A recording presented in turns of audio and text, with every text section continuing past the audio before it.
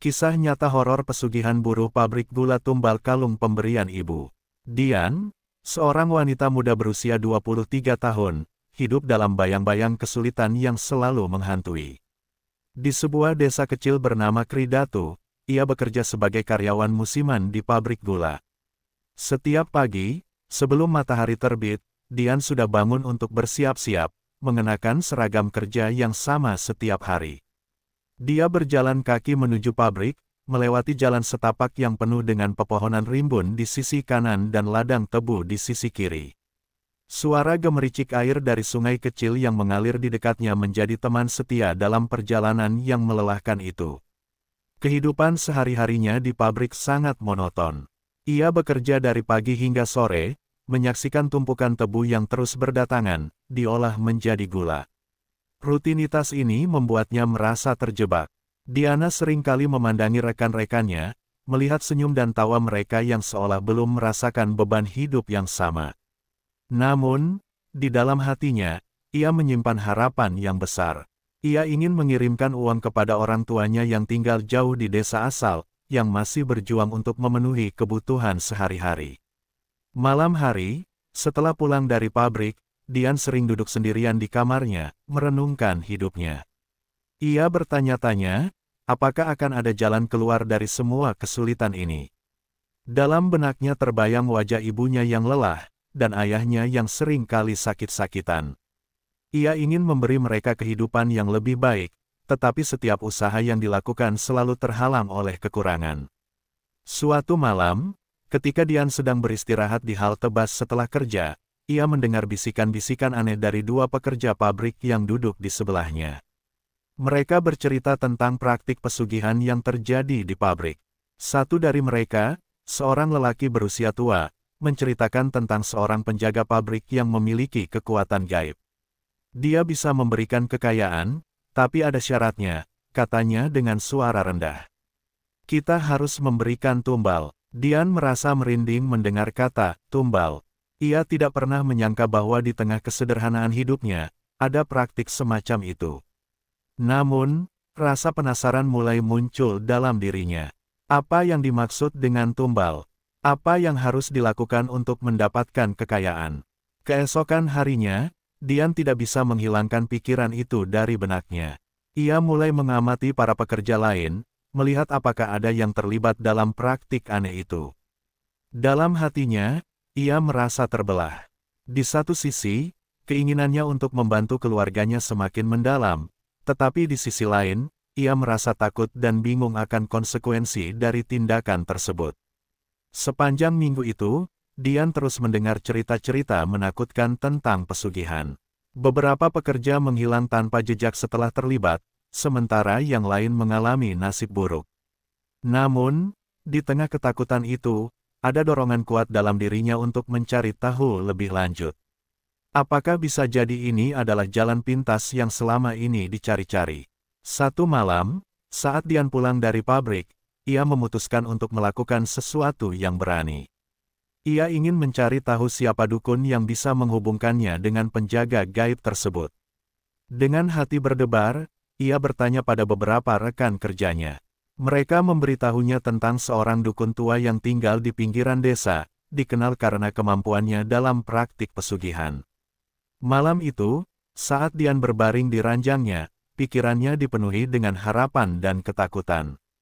Dalam kegelapan, ia membayangkan bagaimana hidupnya bisa berubah jika ia berhasil mendapatkan kekayaan. Apakah semua pengorbanan akan terbayar? Akankah ia mampu menghadapi konsekuensi dari pilihan yang akan diambilnya? Dengan tekad yang baru, Dian tertidur, tidak menyadari bahwa langkah yang akan diambilnya bisa mengubah segalanya. Harapan dan kegelapan kini bertautan dalam setiap detak jantungnya. Setelah beberapa hari bertanya-tanya dan mengumpulkan keberanian, Dian akhirnya menemukan alamat dukun yang disebut-sebut oleh rekan-rekannya. Dukun itu tinggal di sebuah rumah tua yang terletak di pinggiran desa, dikelilingi oleh pepohonan lebat. Rumah itu tampak menyeramkan di malam hari, dengan cahaya samar yang keluar dari jendela-jendelanya. Hati Dian berdebar-debar saat mendekati pintu, namun tekad untuk mengubah nasib keluarganya membuatnya melangkah maju. Saat ia mengetuk pintu, suara berderak terdengar dari dalam, dan sejenak membuatnya ragu. Ketika pintu terbuka, seorang wanita tua dengan rambut putih dan mata tajam menyambutnya. "Masuklah," katanya dengan suara serak. Dian merasa seolah ada yang mengawasinya dari balik bayangan, tetapi ia menepis rasa takut itu dan melangkah masuk. Di dalam, ruangan dipenuhi dengan berbagai benda aneh, dupa yang mengeluarkan asap, patung-patung kecil, dan gambar-gambar gaib.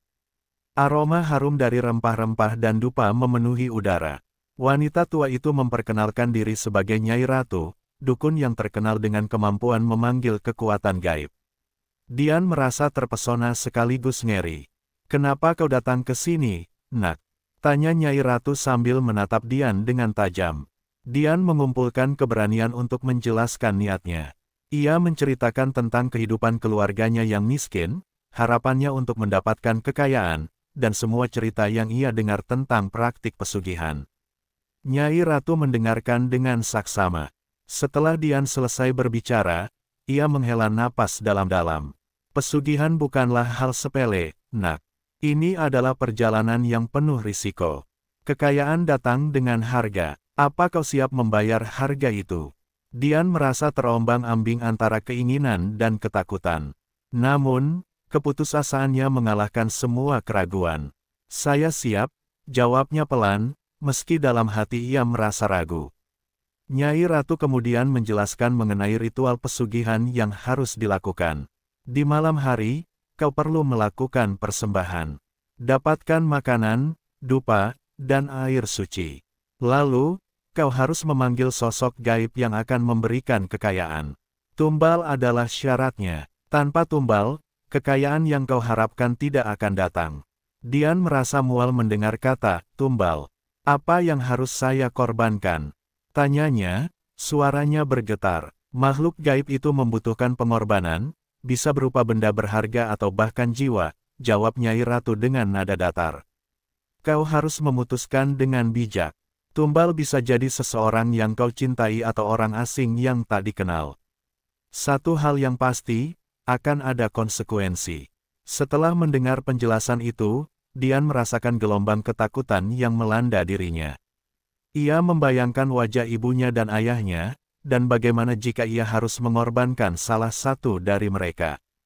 Namun, keinginan untuk membantu keluarganya semakin mendalam. Ia merasa terjebak dalam dilema moral yang tidak bisa dihindari.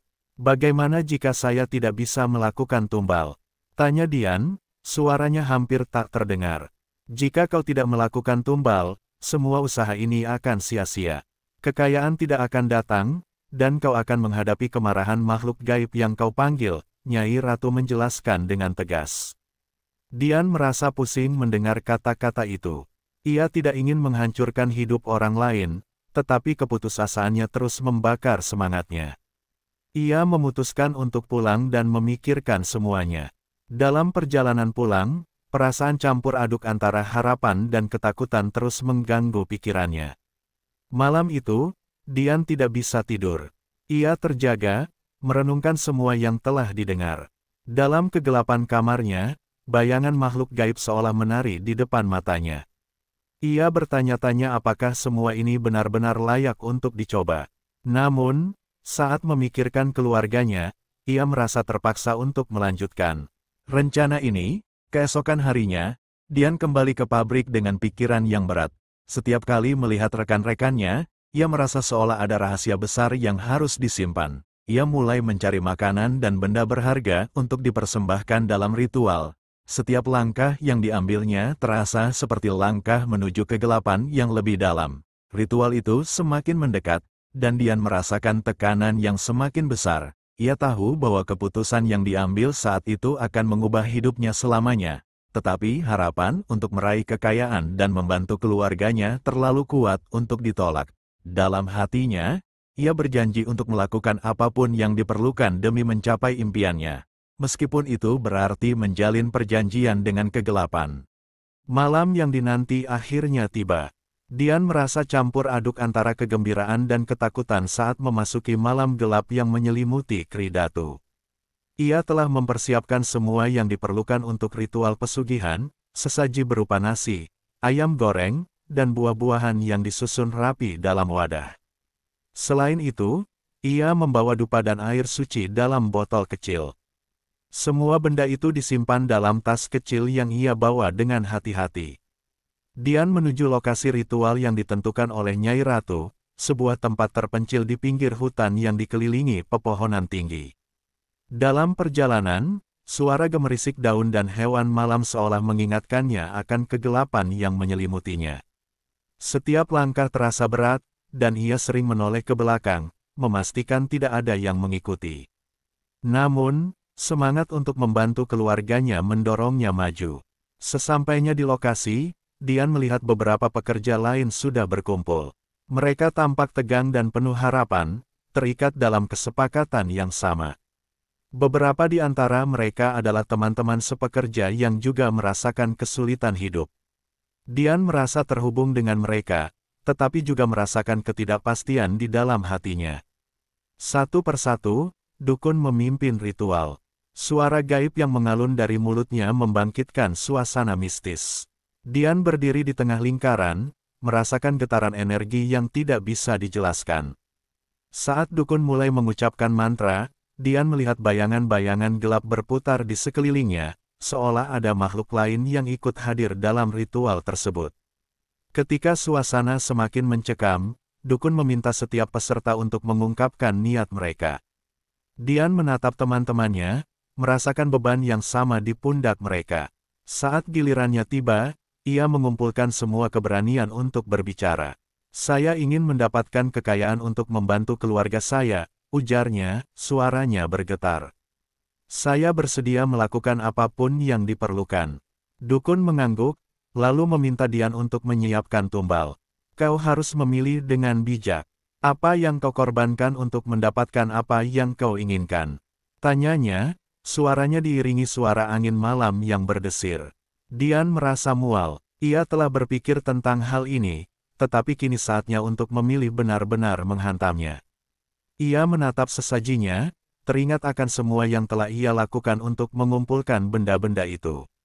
Namun, rasa takut menyergap ketika bayangan-bayangan di sekelilingnya semakin gelap. "Jika kau tidak melakukan tumbal, kekayaanmu tidak akan datang. Makhluk gaib itu tidak akan mengampunimu," dukun memperingatkan. Kata-kata itu seolah menggema dalam pikirannya, memperkuat rasa tertekan dalam hatinya.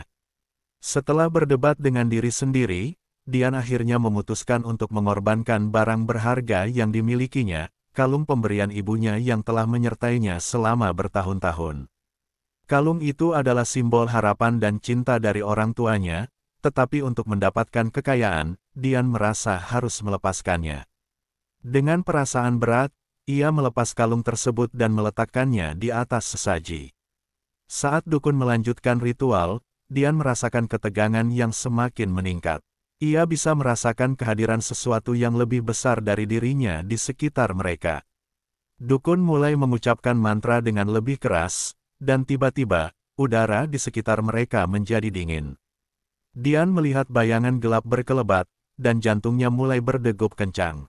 Setelah beberapa saat, dukun menghentikan mantranya dan mengalihkan perhatian ke masing-masing peserta. "Tumbal telah diberikan," katanya dengan nada serius. "Sekarang, kita tunggu makhluk gaib itu datang." Dian merasa terjebak dalam ketidakpastian.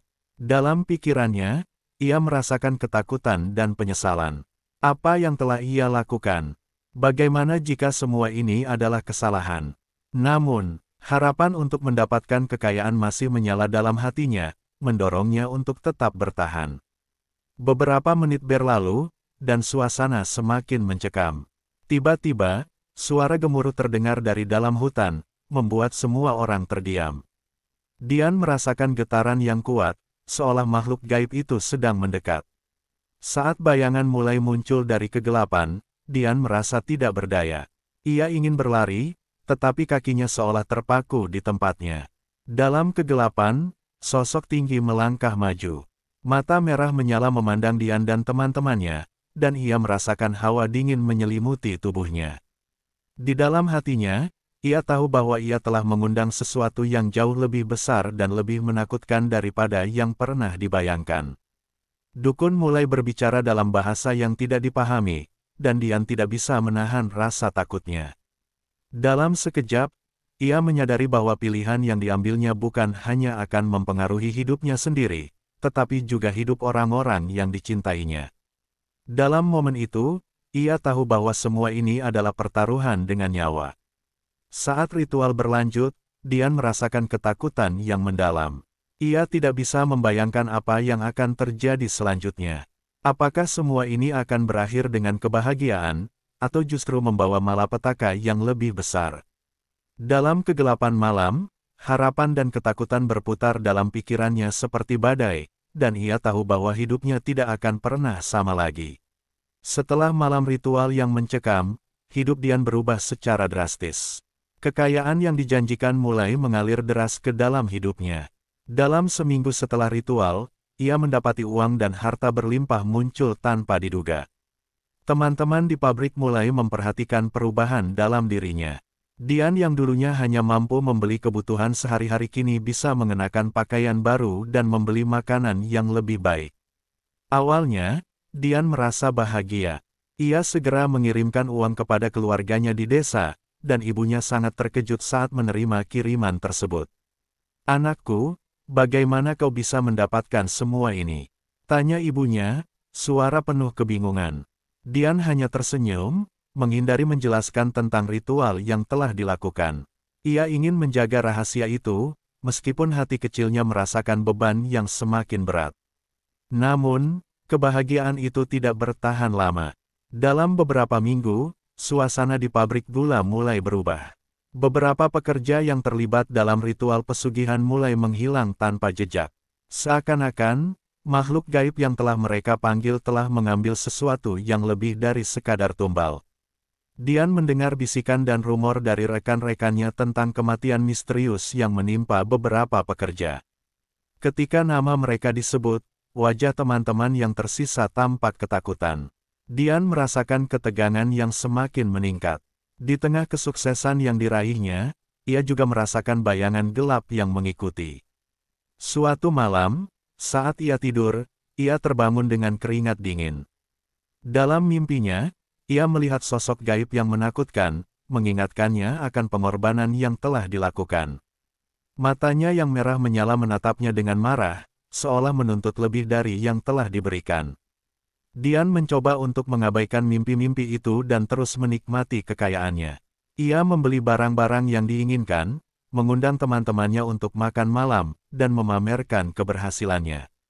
Namun, di dalam hati, ia merasakan kegelisahan yang tidak bisa dihilangkan. Keberuntungan yang datang terasa tidak tulus, seperti ada sesuatu yang mengawasi setiap gerak-geriknya. Suatu malam, saat Dian sedang bersantai di rumah, pintu diketuk dengan keras. Ia terkejut dan bertanya-tanya siapa yang datang malam-malam. Ketika membuka pintu, ia melihat seorang pria tua, wajahnya penuh kerut dan matanya tajam. "Dian," katanya, "aku datang untuk memperingatkanmu." Dian merasa ketakutan. Pria itu adalah salah satu pekerja pabrik yang pernah mendengar tentang ritual pesugihan. "Apa yang kau inginkan?" tanya Dian, berusaha menutupi rasa takutnya. "Kekayaan itu tidak datang tanpa harga, nak. Beberapa dari kita telah membayar dengan nyawa. Kau harus berhati-hati," pria itu memperingatkan.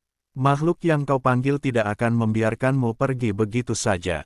Dia akan mengambil lebih dari yang kau berikan." Dian merasa tercekik oleh kata-kata itu.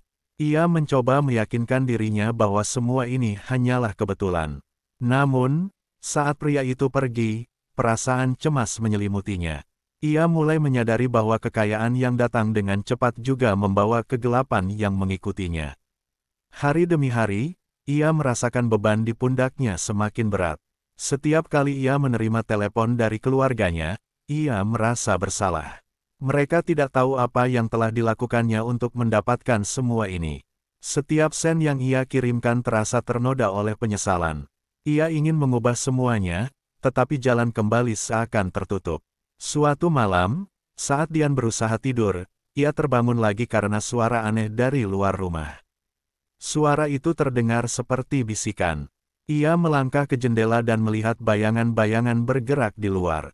Ketika ia mencoba memfokuskan pandangannya, ia melihat sosok-sosok yang pernah menghilang dari pabrik. Mereka berdiri di halaman, wajah mereka tampak hampa dan penuh kesedihan. Dian merasa terperangkap dalam ketakutan. Ia tidak bisa menahan air mata saat melihat mereka. Dalam satu detik, ia menyadari bahwa makhluk gaib yang dipanggilnya telah mengambil bukan hanya tumbal, tetapi juga mengubah hidupnya selamanya. Kekayaan yang diraihnya kini terasa seperti kutukan. Ia mengetahui, dalam mencari jalan pintas untuk meraih kebahagiaan, ia telah mengorbankan lebih dari yang ia sangka. Beban moral yang ia bawa semakin berat. Ia merasa tidak pantas menikmati kehidupan yang sekarang, sementara teman-temannya menderita akibat keputusan yang diambilnya. Setiap malam, saat membuka mata, ketakutan akan kegelapan dan bayangan masa lalu selalu menghantuinya. Dalam kesunyian malam, Dian menyadari bahwa kekayaan yang ia miliki kini menjadi penjara, mengekangnya dalam rasa bersalah dan penyesalan yang mendalam. Ia terjebak dalam dilema, bagaimana ia bisa membebaskan diri dari kekayaan yang menghantuinya tanpa mengorbankan orang-orang yang dicintainya. Dalam kegelapan, harapan untuk menemukan jalan keluar semakin pudar, dan ia mulai mempertanyakan apakah semua ini layak untuk diperjuangkan. Seiring waktu berlalu, Dian semakin terjebak dalam kegelapan yang menyelimuti hidupnya. Kekayaan yang awalnya ia anggap sebagai berkah kini berubah menjadi belenggu yang mengikat. Mimpi-mimpi buruk terus menghantuinya, dan setiap kali ia terbangun, rasa takut kembali menyergapnya. Bayangan sosok-sosok yang menghilang dari pabrik selalu muncul dalam tidur dan pikirannya, menuntut perhatian dan pengakuan akan kesalahan yang telah ia buat. Setiap malam, Dian duduk di tepi tempat tidurnya, memegang kalung pemberian ibunya yang kini tergantung di dinding. Kalung itu menjadi simbol penyesalan dan kehilangan. Ia sering bertanya-tanya apakah ada cara untuk mengembalikan semua yang hilang, tetapi rasa bersalah yang mendalam membuatnya merasa tidak layak untuk memohon. Ia ingin memperbaiki semuanya, tetapi jalan yang harus ditempuh terasa semakin gelap. Di pabrik, suasana semakin mencekam. Para pekerja yang tersisa mulai berbisik-bisik, saling memberi peringatan tentang bahaya yang mengintai. Keberadaan makhluk gaib yang telah dipanggil dalam ritual pesugihan seolah semakin terasa. Beberapa pekerja melaporkan kejadian aneh, seperti peralatan yang bergerak sendiri dan suara-suara misterius yang terdengar di malam hari. Ketika Dian mendengar cerita-cerita itu, hatinya semakin bergetar. Ia tahu bahwa semua ini berhubungan dengan keputusan yang diambilnya. Suatu malam, saat Dian sedang beristirahat di rumah setelah pulang dari pabrik, ia menerima pesan teks dari salah satu temannya, Rina. "Dian, tolong, kita butuh bicara. Ada yang tidak beres di sini." Pesan itu membuat jantungnya berdegup kencang. Ia merasakan ketakutan dan rasa bersalah menyelimuti dirinya. Dian segera pergi menemui Rina di sebuah kafe kecil di pinggir jalan. Saat ia tiba, ia melihat Rina duduk dengan wajah pucat. "Ada apa, Rina?" tanya Dian, berusaha tenang meskipun hatinya bergetar. "Beberapa dari kita sudah mulai mendapatkan teror dari makhluk yang kita panggil," jawab Rina, suaranya bergetar. "Mereka menginginkan lebih dari sekadar tumbal. Kita harus melakukan sesuatu sebelum terlambat." Dian merasa terjebak dalam perasaan bersalah yang mendalam. Ia tahu bahwa ia adalah salah satu penyebab semua ini. "Apa yang bisa kita lakukan?" tanyanya, berharap ada jalan keluar. "Kita harus mencari Nyai Ratu. Dia mungkin bisa membantu kita mengusir makhluk itu," saran Rina. Namun, Dian meragukan apakah dukun itu bisa membantu, mengingat semua yang telah terjadi. Namun, tidak ada pilihan lain. Mereka sepakat untuk menemui Nyai Ratu malam itu juga. Setelah mencari dan menggali informasi, mereka akhirnya menemukan rumah dukun yang terletak di pinggiran desa. Ketika mereka tiba, suasana di sekitar rumah terasa lebih mencekam daripada sebelumnya. Dukun itu menyambut mereka dengan wajah serius. "Apa yang kalian inginkan?" tanyanya tanpa basa-basi. Dian dan Rina menceritakan semua yang telah terjadi, mulai dari ritual pesugihan yang dilakukan hingga teror yang mereka alami. Nyai Ratu mendengarkan dengan saksama, dan saat mereka selesai, ia berkata, kekayaan yang kalian cari telah membawa kalian ke dalam kegelapan. Makhluk yang kalian panggil kini menganggap kalian sebagai miliknya. Dian merasa jantungnya berdegup kencang. Apa yang bisa kami lakukan untuk menghentikannya? Tanyanya, suara penuh harap. Untuk mengusir makhluk itu, kalian harus mengembalikan tumbal yang telah diambil. Satu-satunya cara adalah memberikan sesuatu yang lebih berharga daripada yang telah kalian korbankan, Nyai Ratu menjelaskan. Dian merasa tertegun. Apa yang lebih berharga daripada kalung yang ia korbankan? Ia teringat akan keluarganya, dan rasa takut menyergapnya. Apakah itu berarti saya harus mengorbankan orang yang saya cintai? Tanyanya, suara bergetar. Nyai Ratu menggelengkan kepala. Tidak selalu harus dalam bentuk fisik. Terkadang, pengorbanan terbesar adalah melepaskan sesuatu dari dalam diri kita. Rasa bersalah, penyesalan, atau bahkan cinta yang terlalu mengikat. Mendengar itu, Dian merasakan beban di hatinya semakin berat. Ia tahu bahwa ia harus melepaskan rasa bersalah dan penyesalan yang mengikatnya. Namun, bagaimana bisa ia melakukan itu setelah semua yang terjadi? Dalam perjalanan pulang, Dian merenungkan apa yang telah disampaikan Nyai Ratu. Ia merasa terjebak dalam sebuah lingkaran setan, semakin ingin mengubah nasib, semakin dalam ia terjerat. Setiap langkahnya terasa berat, seolah-olah ada sesuatu yang menghalangi jalannya. Malam itu, saat ia berbaring di tempat tidurnya, Dian terbangun lagi karena mimpi buruk. Dalam mimpi itu, sosok-sosok yang menghilang berdiri di sekelilingnya, menatapnya dengan tatapan penuh kemarahan dan kesedihan. Mereka seolah meminta keadilan, dan Dian merasa tercekik oleh rasa bersalah. Ia tidak bisa mengabaikan perasaan itu lagi. Saat matahari terbit, Dian menyadari bahwa ia harus menghadapi kegelapan yang mengikutinya. Ia tidak bisa terus berlari dari kenyataan. Dalam perjalanan menuju pabrik, ia memutuskan untuk berbicara dengan teman-teman lainnya, mengajak mereka untuk bersama-sama menghadapi teror ini. Namun, saat ia tiba di pabrik, ia melihat suasana yang tidak biasa. Pekerja yang biasanya ceria kini tampak murung dan ketakutan. Kabar buruk menyebar tentang satu lagi pekerja yang hilang secara misterius. Dian merasa hatinya hancur. Dalam kepanikan, ia berusaha mencari tahu lebih lanjut, tetapi setiap langkahnya terasa semakin berat. Dalam kegelapan yang semakin menebal, Dian tahu bahwa ia harus melakukan sesuatu sebelum semua ini berakhir dengan tragedi yang lebih besar. Kegelapan di sekelilingnya semakin pekat, dan ia bertekad untuk mencari jalan keluar, meskipun itu berarti menghadapi kebenaran yang tak terduga. Dian merasa terjebak dalam kehidupan yang semakin tidak menentu. Kegelapan yang mengikutinya semakin pekat, dan rasa takut serta penyesalan terus menghantuinya.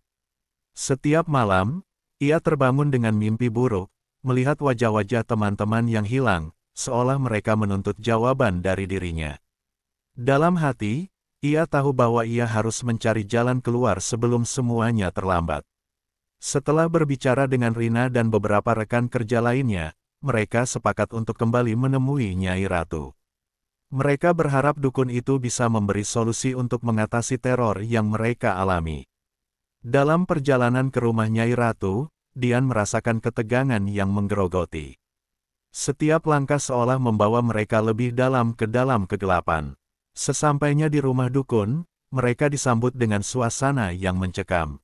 Nyai Ratu duduk di depan altar, dikelilingi oleh lilin dan dupa yang membara.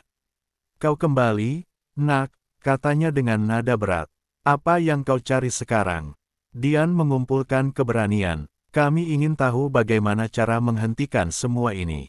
Kami tidak bisa terus hidup dalam ketakutan. Beberapa teman kami sudah hilang." Nyai Ratu mengangguk, wajahnya serius. "Makhluk yang kalian panggil telah mengambil tumbal dan menginginkan lebih. Untuk mengusirnya, kalian harus menghadapi kegelapan di dalam diri kalian sendiri. Tidak ada cara lain." Dian merasa bingung. "Apa maksudnya?" tanyanya, suaranya bergetar. "Kegelapan yang kalian panggil adalah cerminan dari rasa takut dan penyesalan kalian. Jika kalian ingin membebaskan diri, kalian harus melepaskan semua beban itu. Ini adalah perjalanan batin yang sulit," Nyai Ratu menjelaskan. Rina bertanya, bagaimana kami bisa melakukannya? Kalian harus melakukan ritual pengusiran, jawab Nyai Ratu. Tapi ingat, ini bukan hanya tentang mengucapkan mantra. Kalian harus bersedia melepaskan semua yang mengikat kalian pada masa lalu.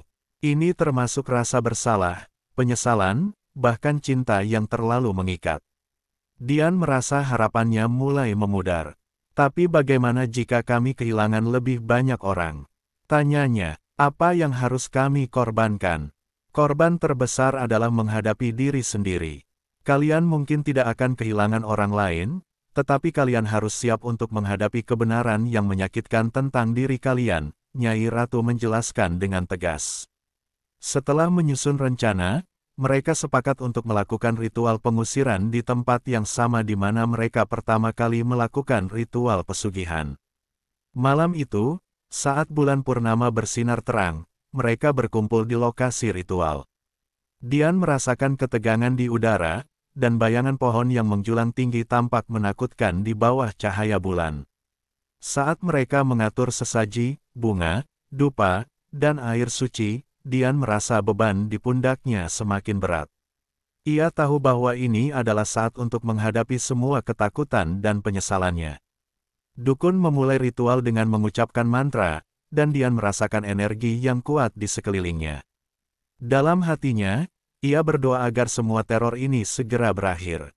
Namun, saat mantra mulai mengalun, suara-suara aneh terdengar dari dalam hutan. Suara itu semakin mendekat, dan Dian merasakan jantungnya berdegup kencang. Semua orang, fokus pada dirimu sendiri, Nyai Ratu memerintahkan. Jangan biarkan ketakutan mengambil alih. Dian menutup matanya dan mencoba merenungkan semua yang telah terjadi. Ia mulai mengingat momen-momen ketika ia merasa terjebak dalam kegagalan dan penyesalan. Ia teringat akan kalung ibunya yang ia korbankan, simbol kasih sayang yang kini terasa seperti beban. Aku tidak ingin hidup dalam rasa bersalah ini lagi, ia berbisik dalam hati. Aku melepaskannya. Saat ia mengucapkan kalimat itu, ia merasakan angin kencang berhembus, dan bayangan gelap mulai muncul di sekelilingnya. Dian membuka matanya dan melihat sosok-sosok yang hilang, wajah mereka dipenuhi kesedihan dan kemarahan. Mereka seolah meminta keadilan. Maafkan aku, Dian berteriak. Air mata mengalir di pipinya. Aku tidak bermaksud untuk mengorbankan kalian. Aku hanya ingin membantu keluargaku. Dalam momen itu, Dian merasakan semua rasa sakit dan penyesalan yang menghimpitnya mulai mengalir keluar.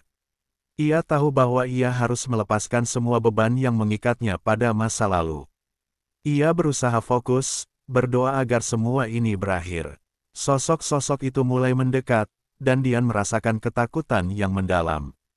Namun, ia bertekad untuk tidak mundur. Aku siap untuk menghadapi semua ini, ia berbisik. Aku tidak ingin lagi menjalani hidup dalam bayang-bayang. Saat dukun melanjutkan mantra, Dian merasakan energi yang kuat mengalir melalui tubuhnya. Dia merasa seolah-olah semua beban yang selama ini dipikul mulai terangkat. Namun, bayangan-bayangan itu tidak pergi. Mereka tetap berada di sana, menanti keadilan. Dalam momen kritis itu, Dian menyadari bahwa semua yang terjadi adalah hasil dari pilihan yang ia buat. Ia harus berani menghadapi segala konsekuensi. Ia menatap sosok-sosok itu dengan penuh keberanian. Kami tidak akan lagi menyerah pada kegelapan. Kami akan mengambil kembali hidup kami. Dengan suara yang menggetarkan, dukun melanjutkan ritual, dan Dian merasakan kekuatan baru mengalir di sekelilingnya. Dalam sekejap, angin berputar dengan kencang, dan bayangan-bayangan itu mulai menghilang perlahan. Namun, sebelum sepenuhnya lenyap, salah satu sosok menatapnya dalam-dalam, seolah ingin menyampaikan pesan terakhir. Dian terbangun dari mimpinya, bergetar karena pengalaman yang baru saja dialaminya. Dalam kepanikan dan kebingungan, ia menyadari bahwa ia harus terus berjuang untuk mendapatkan kembali hidupnya. Namun, kegelapan masih mengintai, dan ia tahu bahwa perjuangan ini baru saja dimulai.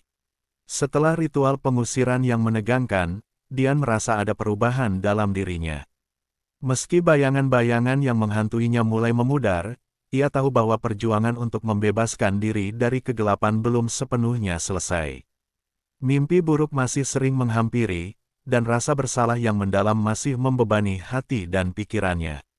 Hari-hari berlalu, dan kehidupan di pabrik gula tetap berlangsung.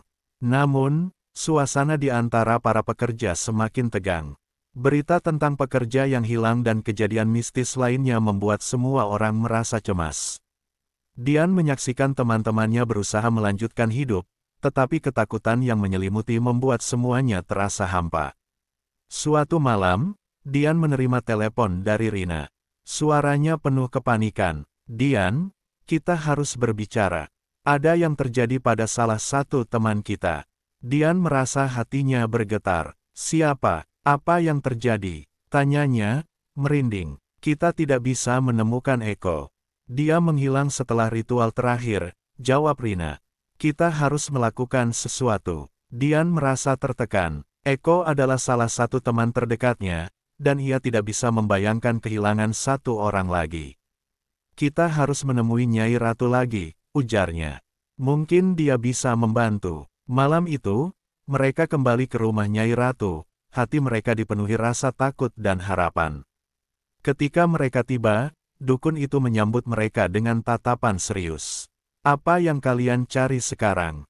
tanyanya, suaranya berat dengan presisi. "Kami butuh bantuanmu. Teman kami, Eko, menghilang setelah ritual terakhir. Kami tidak tahu apa yang harus dilakukan," jawaban Dian, suaranya bergetar. Nyai Ratu mengangguk dengan pemahaman. "Makhluk yang kalian panggil masih terikat pada kalian. Mereka menginginkan sesuatu yang lebih dari sekadar tumbal. Mereka ingin keadilan untuk pengorbanan yang telah dilakukan."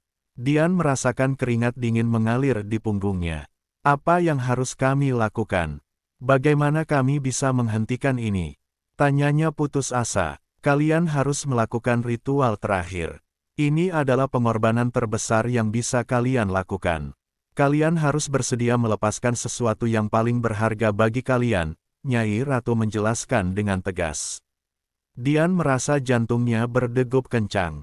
"Apa maksudmu? Apa yang lebih berharga daripada kehidupan kami sendiri?" tanyanya, suaranya hampir tak terdengar. "Ini bukan tentang mengorbankan kehidupan, tetapi melepaskan ikatan emosional yang mengikat kalian pada masa lalu.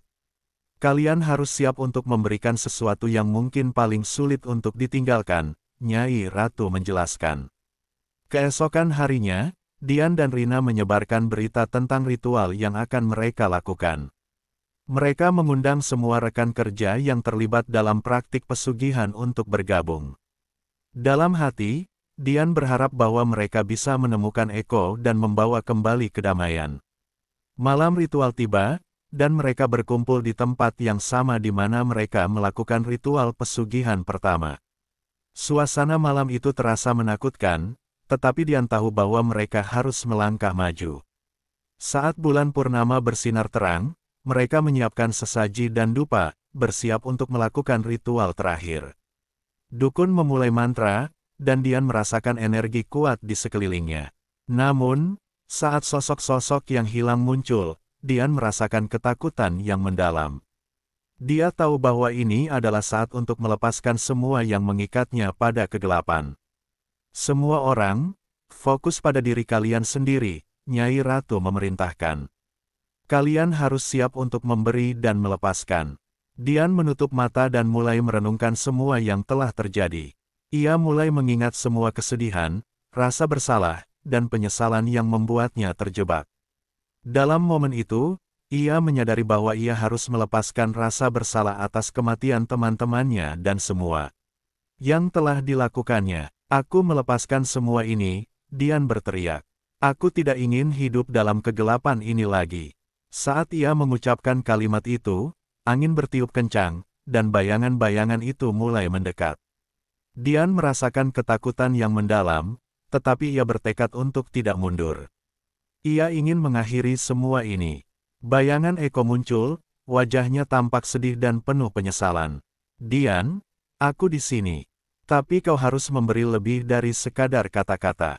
Kau harus rela melepaskan semua yang kau cintai dan semua yang kau sesali," Eko berkata, suaranya penuh harapan. Dian merasa tertegun. Apa yang harus aku korbankan? Tanyanya, air mata mengalir di pipinya. Aku tidak ingin kehilangan lebih banyak orang. Kau tidak akan kehilangan kami. Kami hanya ingin keadilan, Eko menjawab. Kau harus memberikan sesuatu yang paling berharga dalam hidupmu. Dian merenungkan kata-kata itu. Dalam hatinya, ia tahu bahwa ia harus melepaskan rasa bersalah dan penyesalan yang mengikatnya. Aku melepaskan semua beban ini. Aku tidak ingin hidup dalam kegelapan, ujarnya, suaranya penuh tekad. Saat ia mengucapkan kalimat itu, cahaya terang menyelimuti mereka, dan bayangan-bayangan mulai menghilang. Energi di sekeliling mereka terasa bersih dan murni. Dian merasa seolah beban berat terangkat dari pundaknya, dan ia merasakan kedamaian yang belum pernah ia alami sebelumnya. Dalam momen itu, sosok Eko tersenyum, dan Dian merasa terhubung kembali dengan teman-temannya yang hilang. Ia tahu bahwa pengorbanan terakhir yang ia lakukan membuka jalan untuk membawa kembali kedamaian. Saat ritual selesai, Dian merasakan bahwa semua beban yang mengikatnya mulai hilang. Kegelapan yang selama ini mengintai kini lenyap, dan Dian merasa seolah mendapatkan kesempatan kedua. Ia berjanji untuk hidup dengan lebih baik dan menghargai setiap momen yang diberikan padanya.